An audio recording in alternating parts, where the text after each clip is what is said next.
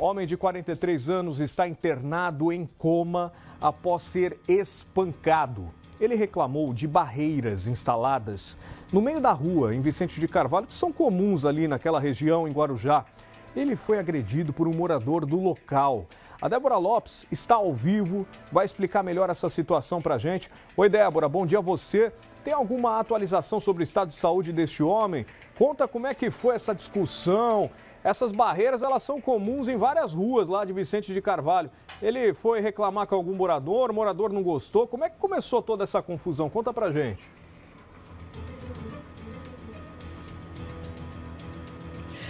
Oi, Ale, bom dia para você e para todos que acompanham o Balanço Geral. Sim, essas barreiras de concreto são muito comuns ali em Vicente de Carvalho. E nessa rua onde tudo aconteceu, a Rua Joana de Jesus dos Santos, existia também ali pelo menos duas barreiras, dois pinos de concreto que limitavam a passagem de veículos grandes e de caminhões. Tudo aconteceu na noite do dia 29 de abril, Esse caminhoneiro de 43 anos, o Vitor Hugo Ferreira dos Santos, ele estava em um bar ali da rua junto com outros caminhoneiros, quando, segundo a família dele, um caminhão dos bombeiros iria entrar ali nessa rua e foi impedido por conta dessas barreiras. Nesse momento, Ale, os caminhoneiros ali, eles acabaram explanando a insatisfação, por conta desses obstáculos ali na via, que impediam a passagem deles e também de outros caminhões ali de grande porte. Nisso, houve uma discussão entre caminhoneiros, pessoas que eram contra e moradores que eram a favor, porque foram os próprios moradores que instalaram ali essas barreiras. E a gente tem, inclusive, imagens de câmeras de segurança que mostram o momento dessa agressão, em que a vítima, o Vitor Hugo, ele se aproxima de uma casa, ele fica bem escondido ali atrás de um poste e ele discute com um morador que estava no alto da casa, de uma casa sobreposta. Num determinado momento, esse morador, ele desce, ele sai pelo portão já correndo, salta e agride o caminhoneiro Vitor Hugo, que imediatamente cai, bate com a cabeça no asfalto.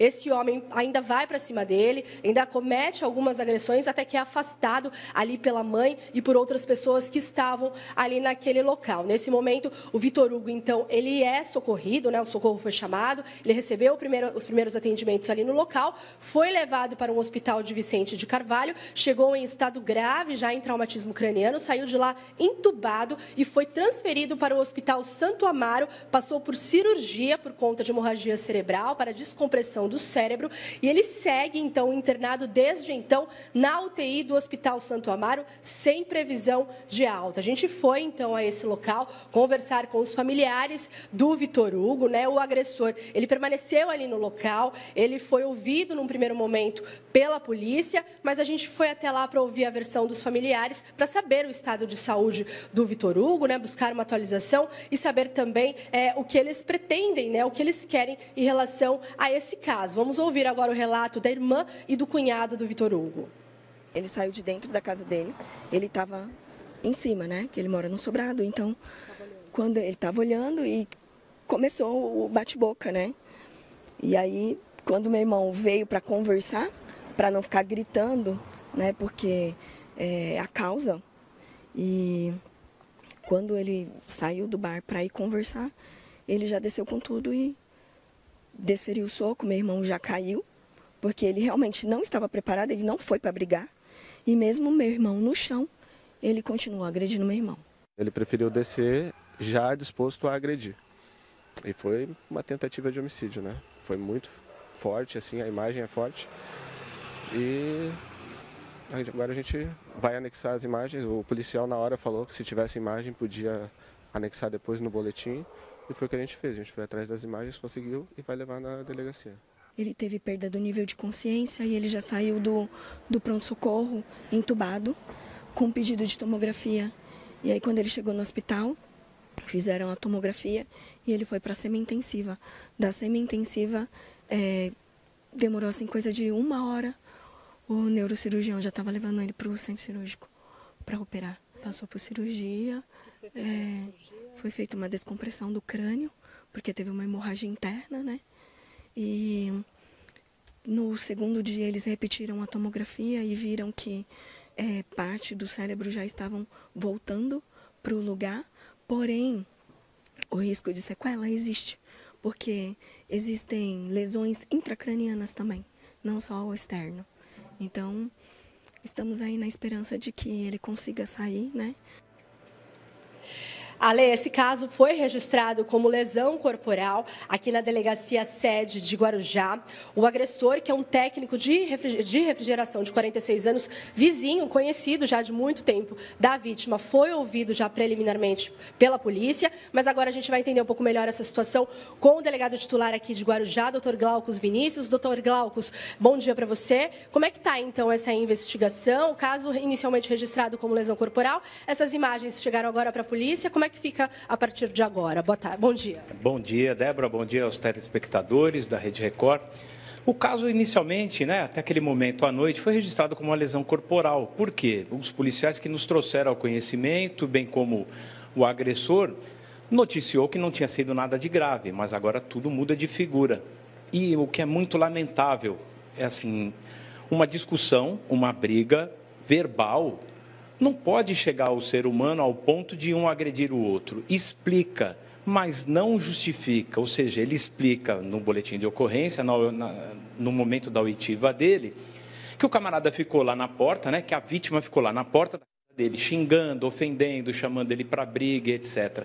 A gente sabe que isso irrita, a gente sabe que isso provoca, que altera os ânimos, mas não justifica. Explica, não justifica a barbaridade. O ser humano tem que ter controle sobre as suas emoções. A gente é um ser racional. Senão a gente pega, volta para a Idade Média ou antes e sai um agredindo todo mundo. Isso não pode. Tanto é fato que acabou piorando o estado de saúde dele hoje. Então chegou ao conhecimento agora nesta manhã, inclusive através da reportagem, que ele está internado, teve que passar por uma cirurgia. Quem sabe não morreu por sorte ainda, Graças a Deus ele ainda está vivo, mas está sujeito à própria sorte. Agora, esse agressor, dependendo agora do andamento, das oitivas, ele pode responder por tentativa de homicídio? Vai mudar completamente, já mudou completamente o cenário das providências de polícia judiciária. A Polícia Civil agora vai atuar de uma maneira completamente diferente. Por quê? A lei até então era um crime de lesão corporal. A lei diz que a vítima teria que representar para isso, ou seja, ela tinha que vir e pedir para que a polícia atuasse. Agora não, agora muda, porque isso é muito grave. Ele foi agredido de uma tal maneira que pode ser que ele se responda até por tentativa de homicídio ou até homicídio. Muda todo o cenário da investigação e das providências, que serão muito mais rigorosas por parte da Polícia Civil, e o caso vai ser investigado de uma maneira muito rigorosa. Tá certo, doutor. Muito obrigada, então, pelos seus esclarecimentos. Ale, eu volto com você aí no estúdio.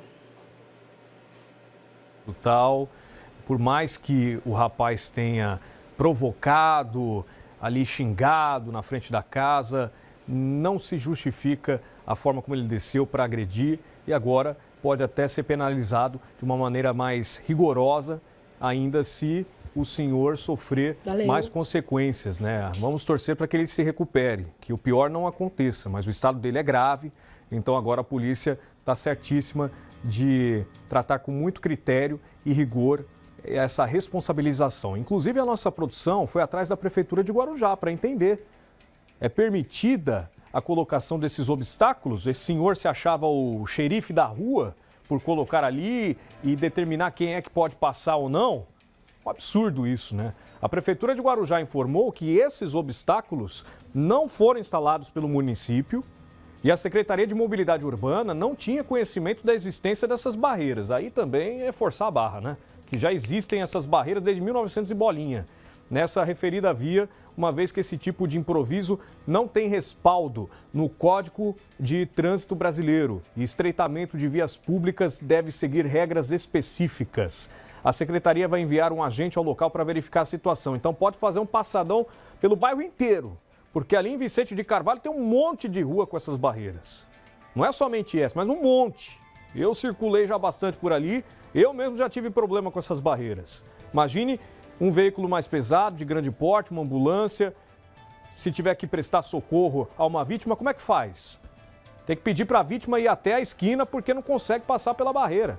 Então, assim, é lamentável o que acontece e a Prefeitura dizer que não tem ciência dessa história também realmente fechar os olhos para uma situação que já é recorrente ali na região. Então vocês vão ter que fazer uma força-tarefa por todo esse bairro, porque a situação é complicada e os moradores não podem tomar conta da rua assim e determinar quem pode ou não pode passar. Se eles têm uma reclamação a fazer dos veículos de grande porte, dos caminhões, existem meios para isso. Agora, instalar ali e falar, não, aqui não entra, não pode, isso é contra a lei e a prefeitura precisa mesmo tomar providências. Tomara que esse senhor se recupere e que o responsável seja punido pelo crime brutal que cometeu.